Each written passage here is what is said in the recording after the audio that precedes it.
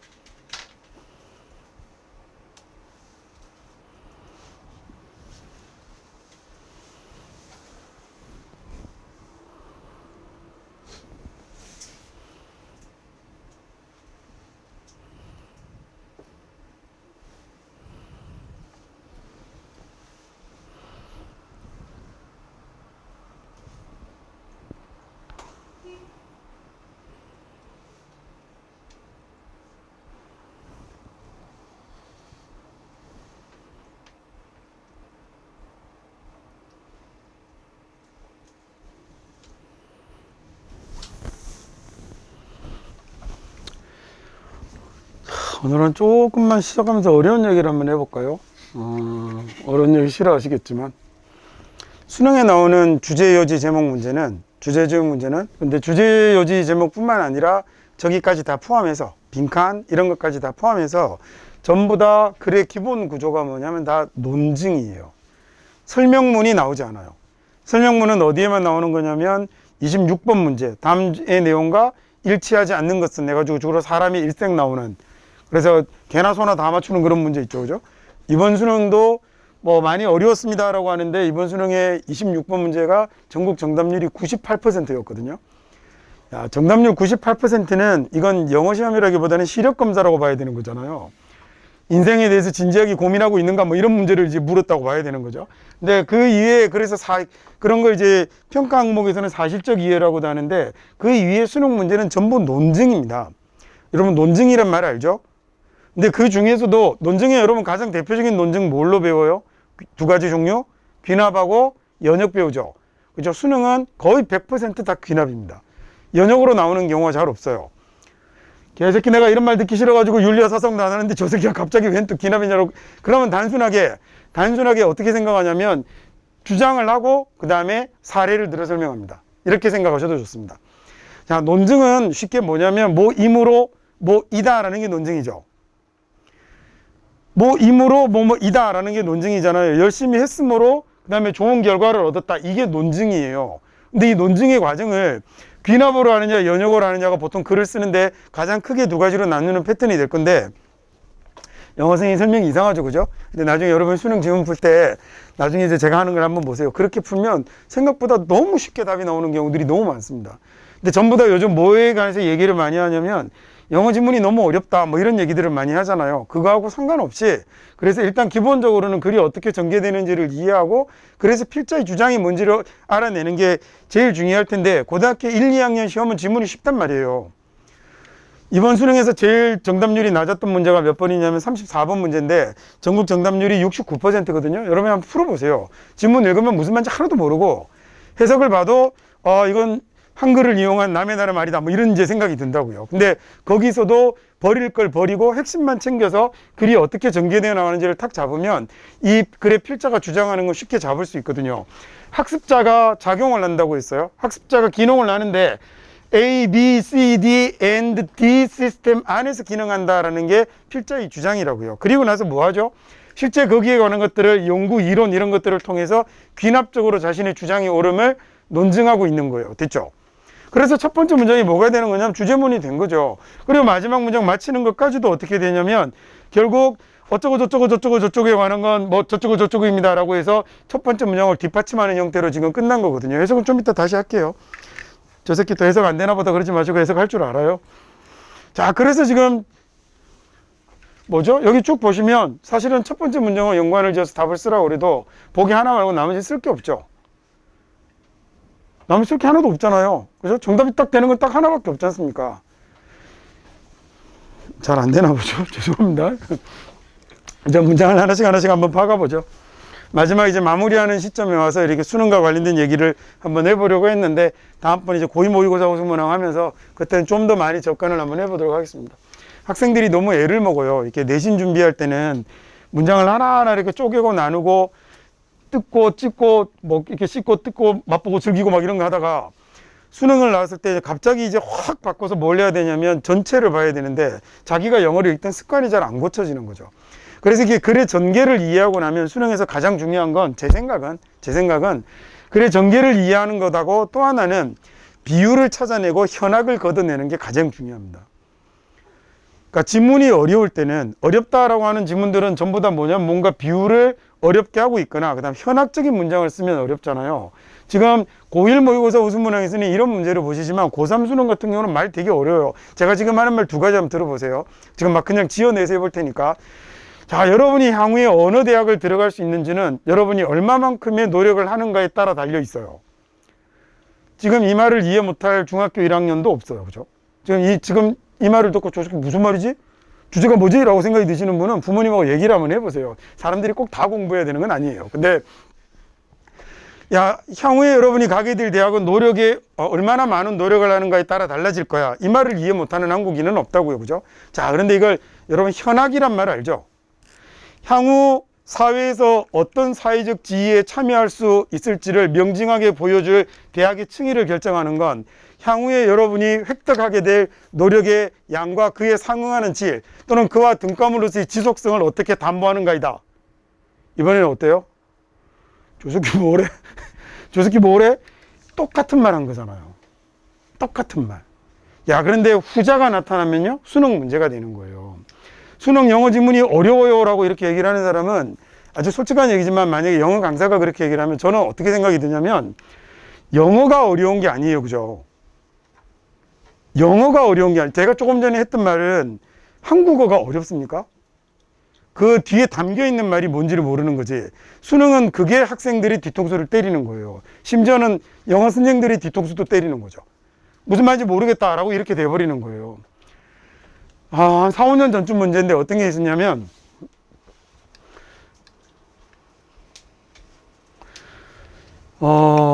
과거의 역사를 공부하는 사람들에게는 두 가지 사이렌의 요소가 존재한다, 이런 말들이 나왔거든요. 이제 그런 거 나오면 이때 사이렌이 뭘 비유하는 건지를 알아야 되는 거잖아요. 근데 이런 걸 놓치면 그러면 무슨 말인지 읽기가 어려워지는 거죠. 그러니까 점점 영어 시험이 영어라는 글자를 이용한 뭐처럼 바뀌고 있는 거냐면 국어 시험처럼 자꾸 바뀌고 있는 거죠. 그래서 국어 시험하고 영어 시험하고의 성적의 상관관계가 자꾸 이렇게 점점 더 뚜렷하게 나타납니다. 그래서 영어 지문을 볼 때도 여태까지 공부할 때는 영어는 단어 많이 외우고 문장 쪼개면 되는 거라고 생각했었는데, 근데 내신은 그렇게 가죠. 그러다가 갑자기 나중에 수능에서 갑자기 커브를 틀려고 하면 그게 마음대로 잘 안 돼요. 그러니까 평상시에 문제를 볼 때 지금 같은 때라도, 그래서 제가 이렇게 지문의 모양이 어쩌고저쩌고 이런 얘기를 해드리려고 하는데 계속 자고 있고 이러면 짜증이 나죠. 그래서 자꾸 이런 것들을 좀 생각을 해가면서 여러분이 장기적으로는 이렇게 수능 공부하는 것하고도 같이 좀 연관을 지어서 생각을 좀 하셨으면 좋겠어요. 무슨 말인지 아시겠죠? 아까 했던 얘기가 잘 못 알아먹었으면 여러분 나중에 국어시험 보는데도 애먹어요. 국어시험은 비문학 지문이 전부 다 그런 거잖아요. 심지어는 이번 수능에 나왔던 해겔 지문입니까? 그건 해겔 책은 저는 참 많이 봤거든요. 되게 좋아하는 철학자이기도 한데 젠장 무슨 말 하는지 잘 모르겠더라고요. 근데 영어는 그나마 국어 비문학에 비하면 쉽기는 하지만, 그래도 영어 지문을 볼 때 기존에 이렇게 내신 지문을 읽던 방식으로 막 선 그리고 쪼개고 하는 방식으로 해결이 되지는 않는다는 거죠. 그렇게 선 그리고 쪼개고 해서 정확하게 문장을 읽을 수 있는 건 이미 여러분 다 해요. 다 하는 건데, 문제는 그 다음에 이제 한 발 더 나가면 수능과 관련해서는 이 글의 전개를 잘 이해하는 것, 주제를 찾으러 가면 주제를 찾으면 되는데 사선을 왜 긋냐고요. 그렇죠? 제목은 빈칸을 메꾸라고 하면 주제를 찾아서 빈칸을 메꾸면 되는데, 모든 문제는 다 사선 긋고 괄호치고 이런 것만 하고 있잖아요. 그건 내신 시험 볼 때 하는 거고. 근데 좀 장기적으로 수능을 좀 생각해 가면서 글의 전체를 한국말로 바뀌어 있는 한국어라고 생각하면서 글을 자꾸 보려고 애를 한번 써보세요. 다시 들어가겠습니다. 이래놓고 이제 나도 줄 긋겠죠. 3학년이면 안 긋죠. 저 수능만은 사선 안 긋습니다. 그런 거 안 합니다. 못하게 합니다. 애들한테도. 여러분 만약에 국어 비문학 시험 보는데 누가 막 이러고 있으면, 그리고 A, B, C, D, and D 같은 꼴이지 막 이 지랄을 하고 있으면 안타깝지 않습니까? 주제를 찾으라는데. 근데 영어 시험도 자꾸 그렇게 수능 준비하는 애들도 그러거든요. 근데 그건 내신 시험이 그렇게 나오니까 몸의 공부 방법이 너무 그렇게 배어 있는 것일 수는 있는데, 수능은 그렇게 공부하는 건 아닌 것 같아요. 다시 갑시다. 자, 학습자들이 작용을 하죠. 학습자들이 작용을 하는데, 어디 안에서 학습자들이 작용을, 기능을 하게 되냐면, 아주 복잡한 발달, 인지, 그리고 신체, 사회, 그리고 문화, 체계 안에서 학습자들이 작용을 하게 되는 겁니다. 첫 번째 문장은 필자의 논증을 위해서 가장 중요한 문장입니다. 그래서 수능 지문을 읽을 때는 첫 문장을 항상 머릿속에 잘 붙들고 저와 관련된 토픽을 놓치지 않으면서 봐야 돼요. 자, 그리고 연구와 이론은요, 다양한 분야에서 나온 연구와 이론이 되는 거죠. 다양한 분야에서 나온 연구와 이론이 그래서 어디에 기여를 했냐면, 뭘 가지고 왔냐면, 아주 evolving understanding이라고 하면 발전하는, 진화하는 이해, 이렇게 해석하잖아요. 자, 여기서 한 수 일러드리면, 꼭 영어의 순서에 맞추어서 진화하는 이해라고, 발전하는 이해라고 하실 필요 없고요. 이해의 발전을 가지고 왔다, 이렇게 해석하셔도 되는 거예요. 두 개의 단어가 의미만 통한다면 이 순서를 반드시 영어가 갖고 있는 이 순서대로 해석해야 된다는 고정관념도 깨버리는 게 더 좋습니다. 자, 이해의 발전을 갖고 왔죠. 어떤 이해의 발전을 갖고 왔냐면, 모든 학습자들은 성장하고 배우게 된다는 거예요. 문화적으로 규정된 방식으로입니다. 어디에서? 문화적으로 규정된 맥락 속에서. 문화적으로 규정된 맥락 속에서 문화적으로 규정된 방식으로 성장하고 학습한다는 거죠. 1번 얘기하고 똑같은 얘기한 거예요. 자, 이번에 학습자들은 기능을 하는데 아주 복잡한 발달, 인지, 그리고 신체, 사회, 그리고 문화, 체계 안에서 작용을 하게 되는데, 자, 그렇다라는 걸 연구와 이론의 결과로 논증하려고 하는 거잖아요. 오늘은 머릿속에 우리 논증이란 말 하나 가지고 가볼게요. 자, 그래서 연구와 이론이, 다양한 분야에서 나오는 연구와 이론이 contribute이라는 단어가 기여하다, 공헌하다거든요. 어디에 기여하다라는 말이겠죠. 한국말 실력을 좀 해봅시다. 노력이 성공에 기여했으면 노력이 성공을 가져왔다라고 해도 되죠. 어떤 말인지 됐죠? 그러면 한국말이 잘 안 됩니까? 자, 앞에 노력이 기여했죠. 어디에 기여했냐면 성공에 기여했습니다. 다르게 해볼까요? 성공의 원인은 노력이죠. 해도 같은 말. 노력이 성공을 가져왔죠. 그래도 같은 말. 노력이 성공을 낳았죠. 그래도 같은 말. 그러니까 꼭 반드시 기여하다, 공헌하다라는 단어장의 뜻대로 해석할 필요는 없다고요. 그러면 다양한 분야에서 나오는 연구나 이론이 뭘 갖고 왔냐면, 다양한 연구 이론들이 이해의 발전을 가지고 온 거죠. 어떤 이해의 발전을 갖고 왔죠? 모든 학습자는 결국 성장하고 배우게 되는데, 어디에서 성장하고 배우게 되냐면, 이런 상황 속에서, 이런 맥락 속에서 이런 방식으로 배운 거죠. 어떤 환경에서 자라냐면 문화적으로 규정된 맥락 속에서 문화적으로 규정된 방식으로 배우게 된다라는 얘기입니다. 너무 당연한 얘기 아니겠어요? 그래서 태어난 나라가 어디냐, 성장한 지역이 어디냐에 따라서 사람들의 학습과 성장은 당연히 문화적으로 달라지게 되는 거잖아요. 자, 그래서 인간은요, share, 공유하거든요. 기본적인 뇌 구조를 공유합니다. 그리고 과정을 공유하는데, 인간은 기본적인 뇌 구조와 과정을 공유합니다. 자, 뿐만 아니라 근본적인 경험이죠. 근본적인 경험. 서치에서는 뭐뭐 같은 이라는 얘기인데, 그렇게 하셔도 되고요. 한 가지 요령을 일러드리면, 예를 들어라고 해석하셔도 대단히 괜찮습니다. 자, 그럼 아주 근본적인 경험인데, 예를 들어서 관계죠. 가족과의 관계라든지, 그 다음에 나이와 관련 있는 단계. 각 나이대별로 배우는 게 다를 거 아닙니까? 그죠? 그래서 가족과의 관계나 연령대별 단계, 그리고 훨씬 더 많이는 이 각각의 이런 현상의 각각들은 만들어지는데, 뭐에 의해서 만들어지게 되냐면 개인의 정확한 경험에 의해서 형성이 되게 되는 거죠. 자, 그래서 러닝이 일어나지 않아요. 동일한 방식으로 일어나지는 않아요. 러닝은 모든 사람들에게 똑같이 학습이 일어나지는 않는데, 그게 왜 그러냐면 문화적인 영향력이 영향을 끼치거든요. 언제부터? 인생의 시작서부터 그 영향을 끼치기 때문이죠. 자, 그래서 이런 아이디어는, 이게 지금 나오는 내용 무슨 말인지 아시겠어요? 결국은 자기가 자란 환경에서 규정된 방식으로 배우게 되면 성장과 배움이라는 건, 학습이라는 건 자기 문화의 규정을 받을 수밖에 없다라는 얘기잖아요. 어렵게는 윤리사상적인 것도 그렇겠고, 쉽게는 예를 들어 사과 깎는 모습도 여러분은 당연히 이런 식으로 깎는다라고 생각할지 모르지만, 저기 밖에 나가면 인도 애들인가? 걔들은 밖으로 깎거든요. 우리는 당연히 이럴 거라고 생각하잖아요. 밖으로 깎는 나라도 있고, 위에서 이렇게 깎는 나라도 있고, 자기가 배운, 성장하는 자기 환경의 방식대로 배우게 되는 거잖아요. 아주 구체적으로 예를 들자면, 자, 그래서 이런 생각인데, 뭐에 관한 생각이냐면요, 러닝하고 컬처하고는 인터바인 되어 있다라는 이 단어는 원래 본문 아래 보면 여러분 뜻 적혀 있죠? 서로 엮이는 겁니다. 그래서 학습과 문화에 이런 서로 엮이는 것과 관련된 생각들은 have been supported, 뒷받침이 되죠. 연구에 의해서 뒷받침이 되는데, 많은 측면의 학습과 발달에 관한 연구에 의해서 뒷받침되고 있습니다 라는 문장이네요. 됐죠? 네, 그럼 이번에는 82번 풀어볼까요?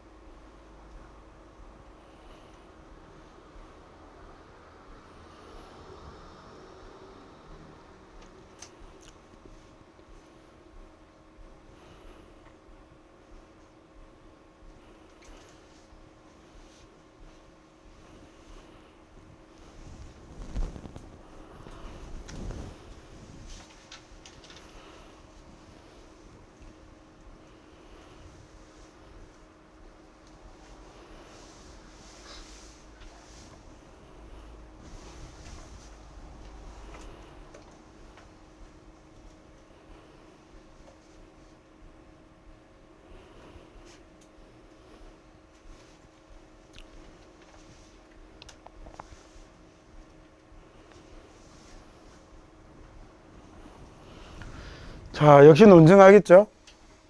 오늘 앞에 몇 지문 동안만이라도 논증이란 말 머릿속에 한번 갖고 가봅시다. 논증을 기억하라는 게 아니라 글이 그렇게 되니 뭐 이므로 뭐 이다 라는 이 구조로 지문의 내용을 잡아보려고 하라는 거죠. 이게 지문이 길면 여러 가지 재주들을 부릴 수 있는데, 수능에 나오는 영어 지문은 많아요 6개에서 8개 정도의 문장이잖아요. 복잡한 장난질을 칠 수가 없어요. 가장 단순한 논증의 방법을 취할 수밖에 없어서, 그리고 영어라는 언어 자체가 연역을 별로 좋아하지 않아요. 거의 대부분 귀납적 방식으로 설명을 하기 때문에 수능의 특징이 아니라 원래 영어라는 언어의 특징은 거의 대부분 이렇게 귀납적으로 글이 전개될 수밖에 없어요. 그래서 첫 번째 문장을 보면서 제일 중요한 단어가 뭐니라고 했을 때 뭘 떠올릴 수 있어야 되냐면 play activities라는 단어를 떠올릴 수 있어야 돼요. 이걸 보고 제일 중요한 건 동물이죠 라고 이렇게 얘기하면 정말 동물적 사고를 하는 거죠. 자, 그 다음에 그래서 동물에게서 플레이는 이러이러한 것들을 가지고 있고, 그 다음에 아이들에게서도 마찬가지로 플레이란 이런 거지요 라고 해서 뒤에다가 쭉 이렇게 나머지를 쭉 그 서술하는 방식으로 앞에 나왔던 이야기를 그대로 논증해 나가는 방식을 글을 쓰죠. 좀 논증이라고 하니까 좀 거창하긴 한데 자신의 주장을 전개해 나가고 있는 겁니다. 그래서 보기 1번 보니까 창의적인 아이디어를 시도할 필요성이네요. 이런 거 쓰면 정말 인생을 창의적으로 살게 되죠. 자, 아동 발달에서 놀이의 역할, 얘가 답인 것 같습니다. 그 다음에 3번은요. 인간과 동물 놀이의 대조라고 썼는데 지문 보면 대조가 아니라 마찬가지로 라고 되어 있었잖아요. 그러니까 얘는 대조가 아니라 오히려 공통점이죠. 그랬다면 정답이 될 수 있겠죠. 3번도. 2번이 좀 더 정확한 답이겠지만 3번에서 컨트라스트가 아니라 여기서 만약에 공통점 이렇게 썼다면 얘도 거의 정답에 유사한 놈이 되는 거겠죠. 4번 볼까요? 놀이에 끼치는 신체 능력의 영향이라고 그랬고요. 마지막 5번은 다양한 발달 단계의 아이들의 요구 필요성이라고 했습니다. 자, 동물은요, 인간뿐 아니라 동물은 engage in 이라고 하면 얘가 어디에 참여하다라는 뜻입니다. 놀이 활동에 참여하죠. 인간뿐만 아니라 동물도 놀이 활동에 참여합니다. 네, 동물에게서는 놀이라는 게 결국 지금 이거를 키워드는 놀이로 가고 있어요.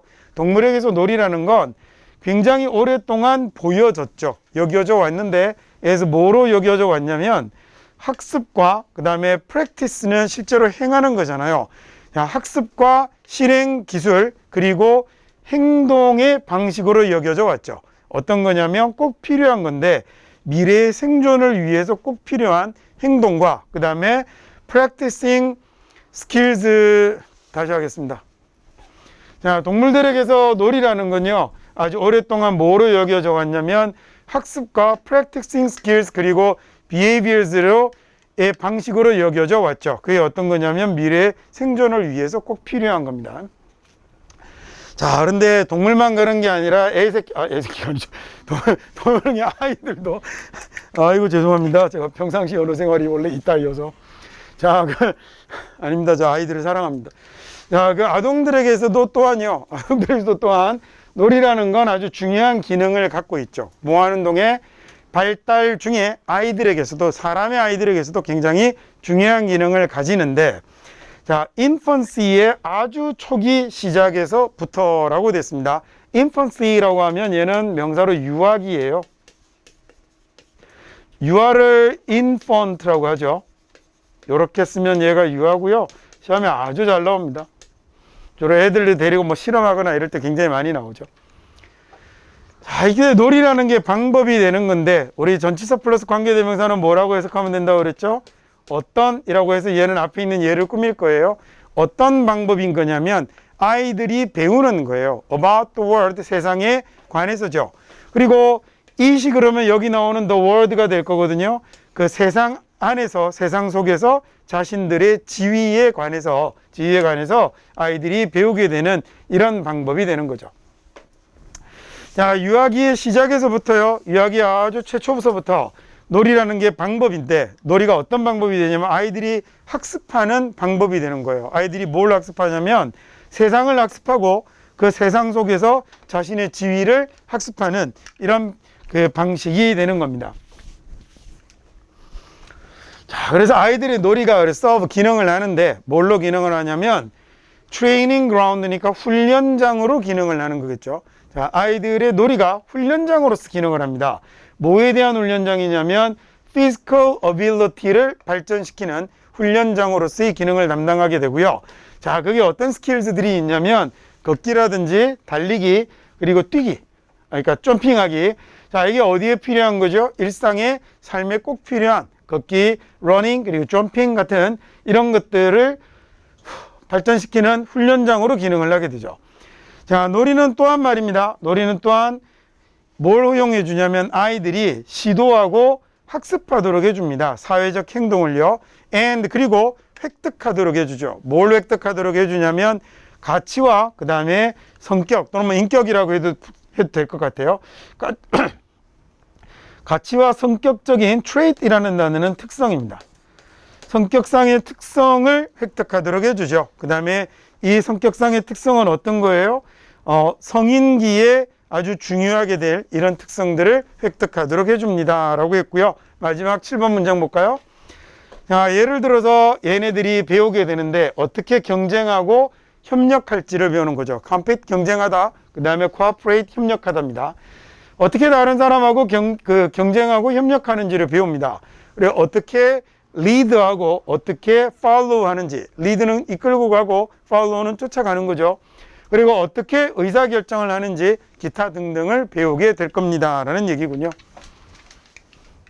82번은 좀 쉽다 그죠? 자, 83번 한번 풀어보시겠습니까?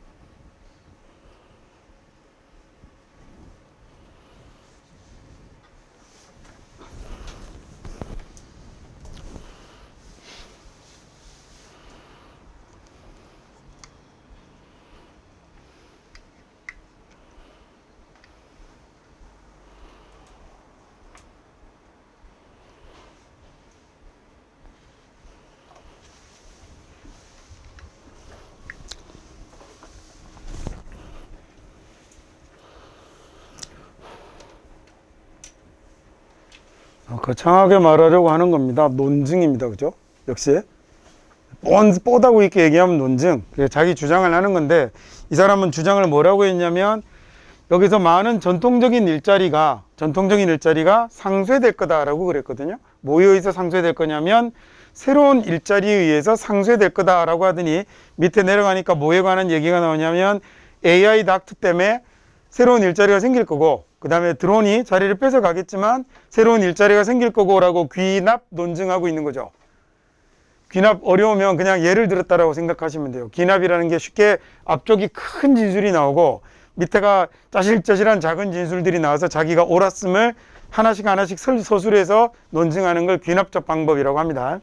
그 다음에 오늘 표정이 굉장히 마음에 안 들어하는 표정이네요. 개새끼 영어만 해도 어려워 죽겠는데 이상한 말까지 쓴다고. 자, 이제 그러면 보기 한번 볼까요?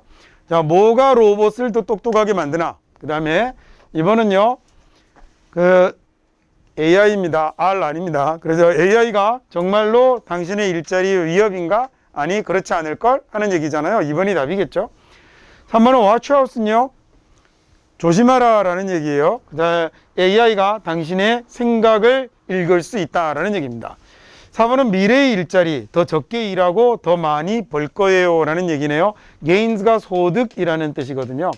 동사로 얻다라는 뜻도 가지죠. 그래서 명사로 써서 내가 얻는 수입 소득을 gains라고 합니다. ongoing이라고 하면 지속적인이라는 얘기예요. 지속적인, 계속되는 도전이죠. AI 발달에 대한 지속적인 도전이라는 말이 됐어요. 자, 문장을 이번에는 하나씩 보기로 하죠. The loss면 잃어버리는 거죠. 상실이네요. 자, 많은 전통적인 일자리의 상실입니다. In everything, 모든 것에서의 전통적인 일자리의 상실. from에서 to까지, 즉 예술에서 healthcare까지. 자, 예술에서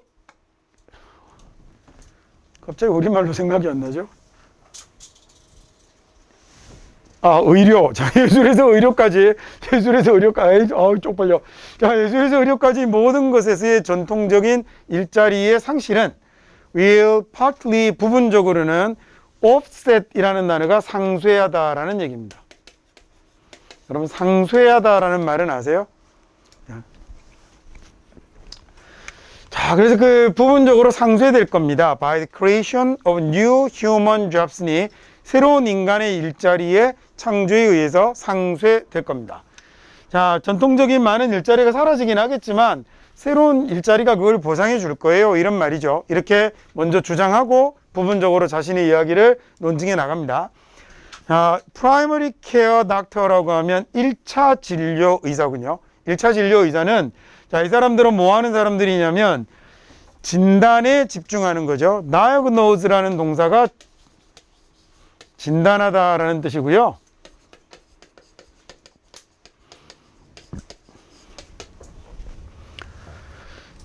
알려진 질병을 진단하는 거네요. 알려진 질병을 진단하고 and 그리고 giving 합니다 라고 해서 이 and가 여기 있는 giving하고 여기 있는 diagnosing하고 두 개를 연결을 하는 거겠죠.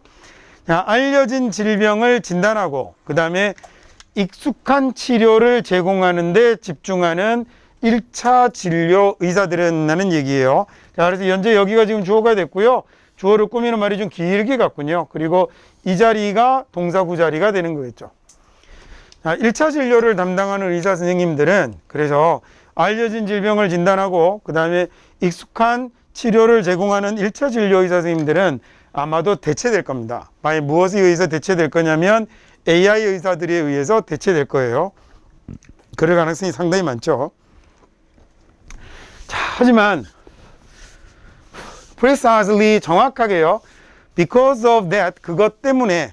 자, 그래서 그것 때문에 라는 건 1차 진료 의사가 AI 의사에 의해서 대체가 될 거라는 사실 때문에 훨씬 많은 돈을요 지불하게 될 거예요. 누구에게 돈을 많이 주게 될 거냐면 인간 의사나 AI 말고 인간 의사나 그다음에 실험실의 어시스턴트들에게 더 많은 돈을 주게 될 겁니다. 어시스턴트는 원래는 이제 뭔가를 도와주는 사람, 조수, 비서 이런 걸 얘기하는 건데 여기서는 똑같이 실험실에 있는 의사 선생님입니다. 자, 실험실의 어시스턴트들에게 더 많은 돈을 주게 될 건데요. to do 하는 거예요. ground breaking이라는 건 땅을 쪼개버릴 정도가 되는 거잖아요. 그래서 아주 놀랄만한 획기적인이라는 이런 형용사입니다. 자, 획기적인 연구를 수행하는 의사나 그리고 어시스턴트들에게는, 자, 그리고 develop 뭘 만들죠? 새로운 약과 그다음에 수술의 절차를 만드는 이런 의사나 어시스턴트들에게 오히려 더 많은 돈을 주게 될 거다라는 얘기죠. surgical이라는 말이 수술의라는 뜻이에요. 명사는 surgery라고 그러고요.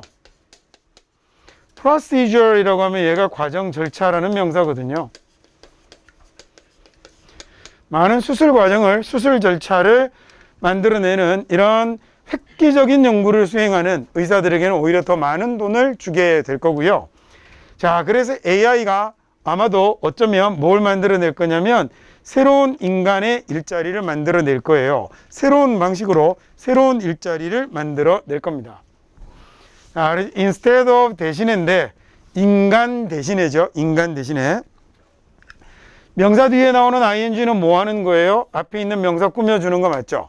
그러니까 인간 대신인데 어떤 인간이냐면 AI와 경쟁하는 인간 대신에, 그 다음에 이 사람들은 어디에 집중할 수 있을 거냐면 서비스하고 using 하는 데 집중할 겁니다. 저기서 서비스는 봉사가 아니라 이제 정비 수리하는 걸 얘기하거든요. 그래서 정비하고 그 다음에 AI를 사용하는 데 집중하게 될 거고요. 자, 그래서 예를 들어서 replacement이라는 말은 대체, 교체잖아요. 휴먼 파일럿은 조종사입니다. 비행기 조종사를 파일럿이라고 그래요. 자, 드론에 의한 인간 조종사의 대체는 이렇게 됐죠. 드론에 의한 인간 조종사의 대체는 has eliminated, 없애왔죠. eliminate이라는 동사가 없애다, 제거하다라는 뜻입니다. 자, 얘가 뭘 없애왔냐면 some job을, 몇몇 일자리들을, 일부 일자리들을 없앴지만, 하지만 뭘 만들어냈냐면 많은 새로운 기회를 또 만들어냈네요. 어디에서 이 기회를 만들어냈냐면 메인테너스가 유지 보수를 이야기하는 거고요. 리모트 컨트롤이라고 하면 우리가 리모컨이라고 부르는 게 이거거든요. 그러니까 원격 조정이 되는 거죠. 그 다음에 데이터의 분석이나 어널리시스가 분석입니다. 그 다음에 사이버 시큐리티에, 얘는 보안 안전이죠. 사이버 보안과 관련된 이런 새로운 기회를 많이 만들어냈습니다 라는 말이네요. 여기까지가 83번이었던 거죠. 네, 83번 질문도 뭐 별로 어렵지 않네요.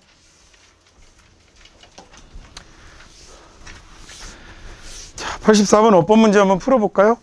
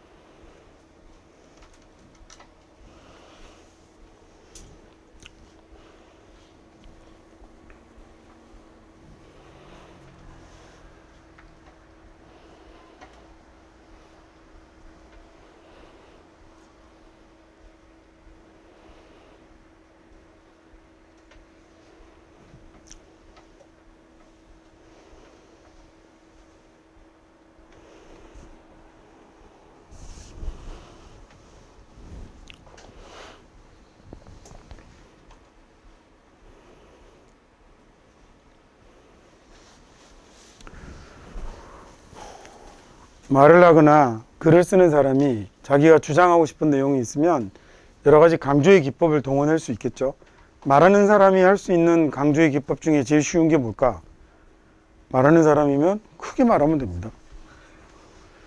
내가 정말 중요하게 생각하는 건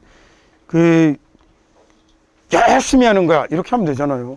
이 강조가 되는 거죠. 그 다음에 또 한 가지는 뭐가 있냐면 주먹, 이러고 얘기하면 됩니다. 그죠? 그게 글자로 쓸 때도 그래서 중요한 내용이 있으면 갑자기 크게 쓰면 돼요. 네, 수능 시험지 크게 써놓은 글씨가 나오지는 않겠죠. 주목, 이건 뭐가 대신할까?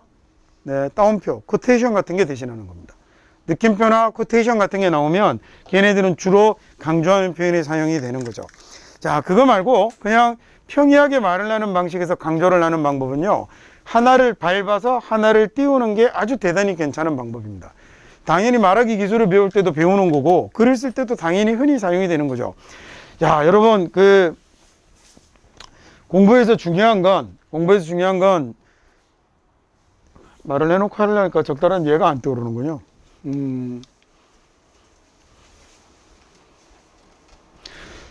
공부에서 중요한 건 노력입니다 라고 얘기하는 것보다, 공부에서 중요한 건 재능이 아니라 노력입니다 라고 얘기하면 노력이 상대적으로 훨씬 돋보이죠. 그죠? 이게 강조하는 아주 괜찮은 방법입니다. 그리고 수능 시험을 보시면 주제, 요지, 제목을 찾아서 풀어야 하는 15개 정도의 지문 중에서 7, 80% 이상이 이 하나를 눌러서 하나를 띄우는 표현을 이용해요. 가장 많이 쓰이는 게 흔히 여러분이 많이 볼 게 나데이 버프입니다. 방금 얘기했던요. 제가 흔히 그 수능 보는 친구들한테는, 수험생 수능반에서는 짜장면 말고 짬뽕이라고 얘기를 하는데요. 야, 남들이 막 뭐 먹는다고 하는데, 나는 짬뽕이라고 얘기하는 것보다 나는 짜장면 말고 짬뽕이라고 얘기하면 굉장히 세 보이죠, 그죠? 짬뽕을 아주 돋보이게 만드는 거잖아요. 예를 들어도 왜 또 짬뽕입니까? 야, 니네들은 다 짜장면을 먹지만 나는 짬뽕. 이것도 그냥 나는 짬뽕보다는 세죠? 그 전형적인 놈이 바로 얘입니다. 첫 번째 문장에 그래서 although가 등장을 하면, 첫 문장이 아니더라도, although는 우리는 비록 뭐라 하더라도 맨날 이런 생각만 있잖아요. 그래서 내신 시험 준비하면 분사구문 이런 것만 떠오르는데, 수능에서는 특히나 얘는 지금 어법 문제지만 얘가 만약에 주제를 물었다면 첫 번째 문장에 although가 띄우고 있는 놈은 짜장면입니다. 밟힐 겁니다. 짜장면을 밟아서 누구를 돋보이게 할 거냐면, 뒤에 나오는 뒤에 나오는 문장이 그러면 짬뽕이 되는 거거든요. 얘가 뭐라고 얘기하냐면, 시각적인 인풋이 맛이나 냄새에 앞선다라는 게 이 사람이 돋보이고 싶은 거예요. 얘가 지금 짬뽕이 된 거거든요. 야, 짜장면인데도 불구하고 짬뽕. 나 그래서 나돈니에이 바돌스비 이런 거 우습게 볼 문장 아니에요. 아무 때나 쓰는 거 아니라 하나를 눌러서 하나를 띄울 때 쓰는 표현이거든요. 그래서 얘가 지금 마침 문제가 어법으로 돼버리는 바람에 좀 그렇긴 한데, 이런 지문이 나타나면 첫 번째 문장 하나만 갖고도 주제 답을 써도 상관이 없는 거예요. 그래서 얘기하려고 하는 건, 지금 식품에 대한 우리의 평가는 일부는 시각적인 게 확실하지만 그걸 중요한 게 얘기하는 게 아니라 뭘 얘기하려고 하는 거냐면, 시각적인 인풋이 테이스트나 스멜을 앞선다라는 게 이 글의 주제문이 되는 거고, 아래쪽에는 그것과 관련돼서 뭐 얘기하고 있죠? 와인 색깔에다가 염료를 탔더니 병신들 다 속았어, 이 얘기를 하고 있는 거잖아요. 그걸로 뭐 하고 있는 거죠? 귀납적인 논증을 하고 있는 거죠. 자신의 주장이 옳음을 이야기하고 있죠. 수능은 길이가 요거밖에 안 돼요. 그래서 딱 방금 제가 얘기했던 그 방식 말고는 별로 쓰는 방법이 없어요. 단지 지문을 어렵게 만드는 건 아까 얘기했던 비유와 현학을 동원하면 어렵죠. 근데 그럴 때 국어 시간에 많이 비우죠. 비유되어 있으면 뭐 찾으면 되죠? 그렇죠. 원관점을 딱 획득하면 되는 거고, 그 다음에 현학적이면 뭐 하면 되는 거죠? 걷어내버리고 기본 뼈대만 딱 남기면 되는 거잖아요. 수능에 나오는 영어 지문 읽는 것도 똑같아요. 그래버리고 나면 세상에 무슨 주제 찾기에 8줄, 9줄짜리 글의 주제를 못 찾는 바보가 어디 있습니까? 근데 뭐에 휘말리는 거냐면, 하나하나에 낮게 끌려다니면서 이 글의 숲을 못 보게 되는 이런 실수를 저지르는 거죠. 학년이 아직 어리긴 하지만 관심 있으면 그래서 수능 문제를 한번 풀어보세요. 그래서 제가 얘기했던 관점으로 보시면, 이거 꼭 다 읽어야만 답을 쓰는 건 아니구나. 이게 또 자칫 잘못하면 저 새끼가 이상한 요령 가르쳐 주는 사람처럼 보여요. 요령이 아니라 그게 글 읽기의 진리인 겁니다. 그죠? 그렇지 않습니까? 내가 그 내용을 읽어서 이해를 할 때는 반드시 모든 문장을 하나하나 낱개로 분석해야 되는 건 아니죠. 독해하고 분석은 얘기가 다른 거잖아요. 그래서 내신 시험이 분석 쪽에 가깝다면 수능은 확연하게 독해 쪽에 가깝죠. 84번까지만 그 얘기하고 이제 논증인의 기납인에 있다는 얘기는 그만 떠들겠습니다. 자, 이제 그러면 이제 어법 문제니까 문제를 하나씩 보기로 하죠. 이 자리는 이거 설명을 먼저 하고 와야 되는군요. 얘네들이 자두맛, 초콜릿 맛을 택했는데 뭐 했을 때냐면 화이트 와인을 받았을 때 그랬다는 거죠. 줬을 때가 아니라. 그래서 이 자리를 수동어로 바꿔야 하는 겁니다. 문장 하나씩 보죠. 자, 비록이요, it is obvious, 틀림없이, 자, 뭐뭐라는 건 명확하다라는 얘기인데 해석하는 요령입니다. 자, 틀림없이 우리 assessment이라고 하면 평가거든요. 자, 평가의 일정 부분은 뭐에 대한 평가냐면 식품에 대한 평가의 일정 부분은 visual appearance니까 시각적인 모습이죠. 자, 평가의 일정 부분은 시각적인 모습인데 아마도 놀라운 건, 정말 놀라운 건 얼마나 이 시각적인 입력이 override 하는가, 맛과 냄새를 앞서는가라는 얘기입니다. 얘가 그래서 어디에 우선하다, 앞서다라는 뜻이에요. 자, 사람들은 아주 어렵다는 걸 알게 되죠. 뭐가 어렵다는 걸 알게 되냐면 정확하게 확인하는 거예요. 과일 맛이 나는 음료수를 정확하게 확인한다는 게 어렵다라는 걸 알게 됩니다. 만약에 the color is wrong, 색깔이 틀려 있다면 이 음료수를 확인하는 게 어렵다는 겁니다. 예를 들어서 오렌지 주스인데 어떤 녹색으로 염색되어 있는 오렌지 주스를 주면 사람들이 녹색으로 되어 있는 오렌지 주스를 주면 먹고 오렌지 주스다라고 생각하는 사람이 별로 없다는 거죠. 시각이 뭐에 앞서는 거죠? 테이스트나 스멜에 앞선다라는 걸 지금 보여주고 있는 거죠. 그 다음에 훨씬 더 놀라운 건 경험이었는데요. 와인 테이스트들의, 이 와인 맛보는 게 업인 사람들의 경험이 훨씬 더 놀랍습니다. 자, 한 연구인데 어디냐면 보르도 대학이네요. 이 보르도는 세계에서 가장 유명한 그 와인 원산지입니다. 우리나라 뭐 축구 선수 중에 한 명이 여기 가서 축구팀에서 뛰고 있죠. 그래서 이 와인과 와인 메이킹에 대한 보르도 대학의 연구에서요, 대학별 질환 연구를 다 하는군요. 이 프랑스가 이게 와인 가지고 이렇게 장사를 하기 위해서 뭐 일종의 만들어낸 전략 전술이죠.